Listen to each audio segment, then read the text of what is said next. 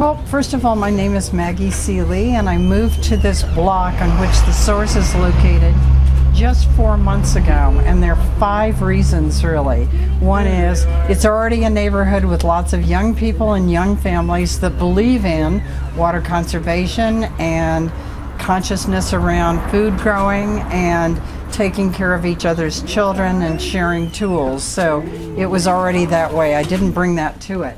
Number 2, the source is the anchor of the neighborhood. It has a coffee shop, a wheatgrass shop, and it has 17 practitioners with offices here doing counseling and healthcare practice and raw foods, and it's a hub.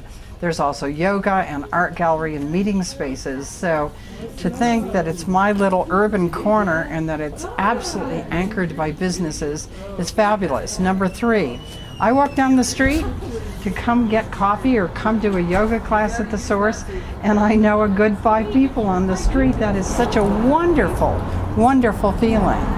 And the next one is that, when I moved in, someone dropped vegetables, unannounced, anonymous vegetables at my doorstep.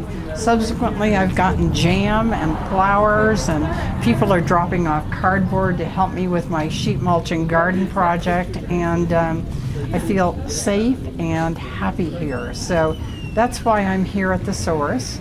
That's why I'm in this neighborhood.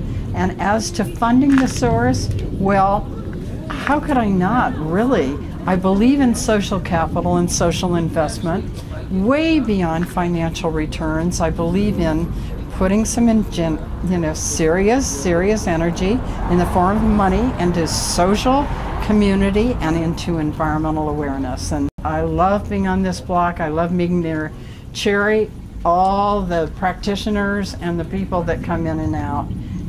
Their consciousness is raising. They are getting to experience when it works for all of us, it works for all of us.